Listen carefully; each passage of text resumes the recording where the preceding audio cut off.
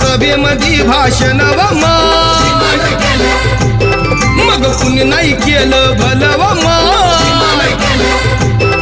अग दिल्लीचं दालन फुलं व